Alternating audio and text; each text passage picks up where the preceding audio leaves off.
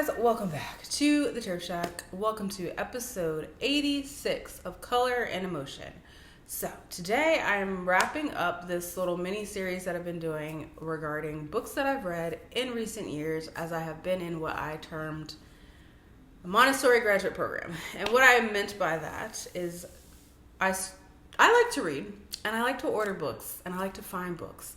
And by find books, I mean, it's interesting because it actually has been like a seasonal thing for me. But like when I lived in North Carolina in like a few years ago, but particularly around like 2019 to like 2021, I lived by a Dollar Tree, and they had like so many really nice like chunky cookbooks, like lifestyle books, coffee table design books for a pure $1. And I was like, the Lord loves me.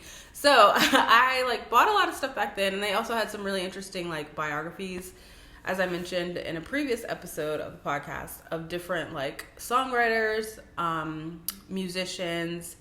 And so I was able to curate quite a library of things. And I did read a lot of stuff back then, but there's still some books that I haven't quite gotten around to.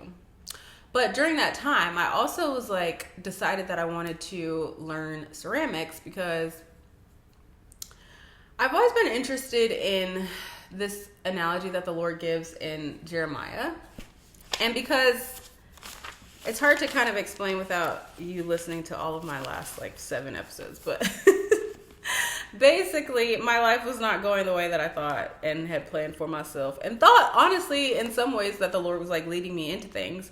But in Jeremiah chapter 18, verses 1-4, it says, "The word that came to Jeremiah from the Lord, arise and go down to the potter's house, and there I will let you hear my words. So I went down to the potter's house, and there he was working at his wheel. And the vessel he was making of clay was spoiled in the potter's hand, and he reworked it into another vessel, as it seemed good to the potter to do.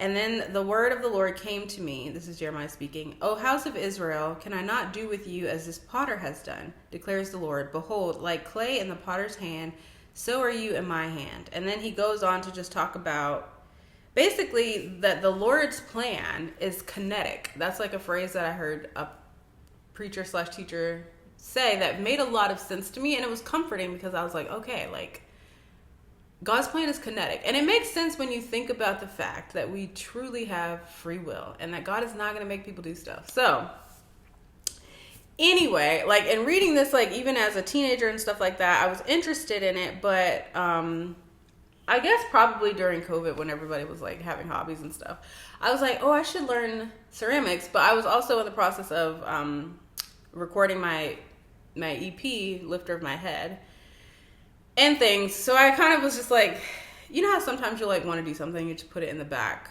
burner of your life. So I didn't do anything about it then. And I also didn't really find any books about ceramics. But then a few years later, I saw some on Amazon, and I like really wanted to get it, but I just felt like the Lord was like, no, not right now. And I was like, okay. Well, the interesting thing is there's a book that I found recently that didn't get published until 2023, but it's like exactly what I wanted. That those books, I kind of knew, I was like, that they weren't exactly what I was wanting, but I was just going to buy them anyway. I'm so glad I didn't, because this book came out. It's called Handbuilt. It's by this girl named Lilly, and it's like exactly perfectly what I wanted, because I don't want to do like messy potter's wheel ceramics. I really don't. I want to do like hand-built clay stuff. And it's interesting because as I've been reading this, she's talking about like the different, well, let me start with how she describes clay. She says, clay, what a material. I believe there is something in us humans that has a deep connection to clay. It is essentially mud, a special mud that changes so dramatically in the kiln that its chemical composition is altered, which feels a little bit like alchemy when you unload the kiln. And then she kind of goes into some other stuff, and she's starting the book. It's really well organized, which is another reason that I'm like thankful for it. It's like she tells you like, here's what you will need. Here's how I organize my workspace. Here's some things to keep in mind. And then she goes over like 3 different types of clay that she works with and some other stuff. But as she's like talking about the properties of clay, it's just so fascinating because you really do see that there are so many commonalities between the properties of clay and how it responds to water and heat and fire. and the way that people are, and the analogies that God uses in the Bible about people being clay in his hands, but also just like about refining fire and about like living water and all these things. And it's just so interesting to me. And like also like people are literally made out of clay. Like God formed Adam out of the dust of the earth and breathed his spirit into him. So it's just like really interesting. And it's also been one of those things that feels like full circle about me understanding God's commitment to process. Because like, for example, she's talking about how like there are certain steps in the process that you can't skip. Because like she says, she's talking about bisqueware. And there's like, some of these things are like properties and other things are like technique. But this is, without going into all of it, she says, if you put clay into the kiln wet, like while it's wet, it will explode. The water trapped inside of the clay will swiftly turn into steam, and the pressure buildup will cause some pretty catastrophic damage to wet pieces, and often pieces nearby the kiln. And so it's just like really interesting, because thinking about like my own life and times where it feels like nothing's happening, it's like, it's not that nothing's happening. Like the Lord is just being specific and particular and precise in the process that he has me in. And then like years and months later, I'm sure you guys have experienced this too. You're like, oh, this is why XYZ didn't happen. I like wasn't ready, or God was doing something different. Even with like literally buying this book, like it wasn't published when I first wanted to buy something about this, and now it is. So it's like really cool. So I just wanted to share that. The other thing too, like when she's talking about process and the properties of clay, then the purpose is also connected to that. So it's like what you want to use the piece that you're making for is going to determine some of the things about the process of making that piece. And not everything is interchangeable. And I have shared a lot about that on this channel because I'm passionate about discipleship and about people finding out from the Lord what their assignment is, what their role in the body of Christ is. And so it's just been like really cool to see a practical example of that just embedded in the earth. And it's similar with like agriculture. Like God uses so many analogies and examples about agriculture because Israel was an agrarian society, like most societies were and probably still should be, so that we're not reliant on shenanigans for the food that we eat. But we won't talk about that today. The other thing that I'm reading right now that also helped me realize this sort of like full circle thing, and that the Lord was kind of like showing me that he had been doing a specific work in me, even through me just being like, oh, that looks interesting, I think I'll read that and all this, which by itself was part of the process, because one of the things that the Lord had impressed upon me was like to stop trying to be responsible and be led. So there will be some times where it's like I feel interested in this, or like I want to buy this book, but I'm like, oh, I don't want to like overspend or whatever. But it's like when I have been, and I have overspent, like don't get me wrong, but not like on this, what I'm talking about, but like in life in general. So that's why you do have to be led. Like sometimes I'll want to buy something and it's like, no. Like I said with the the wanting to buy a certain book about pottery, and the Lord was like, no, because he had something better later on. So anyway, that being said, there are other times when I might want to do something or buy something, but it doesn't feel like the responsible option. But when I actually go down that road, then it becomes fruitful, and the Lord provides in ways that I don't expect, you know? So anyway, I was reading this book. I have not read a ton of it because I got a PDF. I'm going to have to buy the actual book. I try to read stuff on PDF, and then I just am not a PDF girly. Like, I like paper. But anyway, the book is called Being in Time, and it's by a German philosopher, I think, called Heidegger. Is his name Martin Heidegger? And it's just really interesting because, sorry, I got worked up. Let me kind of back up and make this make a little bit more sense for you guys. One of the earlier books that I read in this process of the Lord establishing me in a different way and helping me understand what he intends for my life to be like and about was a book called How to Inhabit Time. And part of what the Lord has refined in me in the past few years is an anxiety essentially about the timing of my life and wanting certain things to happen a certain way and certain timing. And so the Lord has just been correcting that in a myriad of ways, but also just helping me gain more eternal perspective and a longer attention span. And one of the preachers that I like to listen to talks a lot just as he's preaching about things, and he's very scriptural, and I love the way that he just has a handle on like the whole Bible. And so it's a really rich experience to listen to him teach, because he's connecting things that don't always end up being illuminated when people only ever preach straight through one book of the Bible at a time. But he often is reminding everybody, like, this is the briefest thing that we'll ever do, is like our time here on earth. And one time recently I was listening to a sermon where he said the phrase, the long thing comes next, right? And so it helped me remember that, like, me being in process right now isn't even just about my life right now on earth. It's about what God has in mind for all of us in eternity. Like, we're going to be around.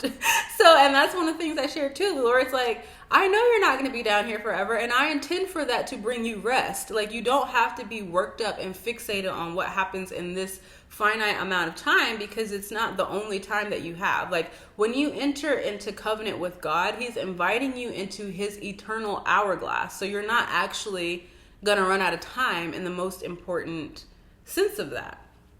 So somehow I ended up reading this book, Being in Time, and I haven't read very much of it, like I said, because it's on my iPad, and I just don't love reading off my iPad. But there were some things that were just like really striking to me, and it was the catalyst for me realizing that the Lord had started a thing in my life at a certain point.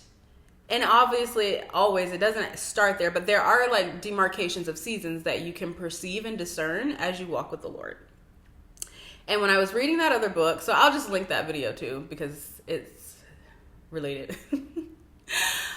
How to Inhabit Time. I was remembering that like philosophy exists, right? Because I've had a lot of things going on in my life for quite some time. And when I was in my early 20s, I did think about going to graduate school specifically for philosophy, but then I never did. And I'm glad that I didn't. I don't think it would have been a good idea. Anyways, it reminded me, like, some people spend their whole lives unpacking like one aspect of human existence, or one aspect of like conscious awareness of reality. And that being said, it's like we're doing it from a perspective that we cannot escape, right? Like we are beings that are limited to time and existence that we didn't have control over when and how we got here. So similar to anthropology, where it's like people go and they study this other culture, but they're always studying it as an outsider. And the fact that they're even there is altering how that tribe is even existing or interacting. Like similar to back in the day before social media was super popular, before phones, like cell phones were a thing and had cameras, like when we had a family like VHS recorder, like we would just cut up because the camera was rolling. You know what I'm saying? So like the introduction of certain things inherently alters the behavior and the environment that it is observing. So as people that only see in part and that are significantly impacted by the environments that we're born into, the people groups that raise us, we can study and think about things, but it's always going to have its limited perspective and its influences, right? That being said, it's worth recognizing what are the themes and motifs in your own life and what is the Lord wanting you to understand about himself and about reality through what piques your interest, what has been hard in your life, what has been devastating, what has been exciting, all those kinds of things. So that's been interesting. Where was I even really going with that? Being in Time. I don't know. I'm excited to read the rest of it. It's been really interesting and mentally stimulating, and I appreciate that. But I don't know that I have anything else to say about it. I think I had one other. Let's see. Yeah, I know what I was going to say. So when I was reading this, that was one of the things that had me sort of thinking about this gift of existence, because at the same time, I had been just really thankful for the work and refinement that the Lord has done in my life, to where I've gone from reluctantly relying on him because I felt like I didn't have any other options, to genuinely, truly delighting in the fact that I get to depend on the Lord. And that it's by design. It's not some kind of flaw or even a result of the fall and the curse and sin that I'm not able to sustain myself. Like, no. The result of the sin and the curse is this hyper awareness of not being able to sustain myself, and all of the like circumstantial and logistical factors that disrupt and interrupt our experience of God keeping us. But the fact of the matter is that he designed us to be kept by him. So I was thinking about that, and that's kind of, I ended up sharing a couple of episodes, this gift of existence and semantics, just sharing about like recognizing the fact that being alive is a gift. And I feel like modern society is doing everything it can to get people to believe the opposite of that being alive is a burden on you, on society, on everybody else. And it's just not true. So that's one thing that I want to encourage you guys about. And then to wrap this up, there was a thought, I don't know. The other thing that I'm reading though is the Surfer's Journal, which I had a subscription back in the day, and then because I was trying to be financially responsible, I like got rid of it. Also, they changed editors, and it was kind of like whack for a minute, but then they changed editors again, and it's like better again. So I think I might re-up my subscription at some point. But I'm really interested to read this one when I get to it. It's 34.3, and it's talking about this legendary surfboard shaper, but then there's also a couple of profiles of artists in here. And I really have enjoyed reading the Surfer's Journal over the years because it is a very interesting and unique combination of like travel writing, philosophy, industry stuff, and then also a lot of like artists and craftsmen and musicians. Like there's so much overlap in the surf community of like all of those things, and that's what makes it really interesting to me. So those are the things that have been shaping my life, that have been interesting. And it's fun to kind of like get it out. And so now I feel like there's room for more things and to grow in other ways, which eventually I'm sure I will come and share about. I hope you guys have a great weekend. I recorded a lot of stuff early this week, but I think I'm going to post this video towards the end of the week. I'll be back at some point to chat to you again. Take care.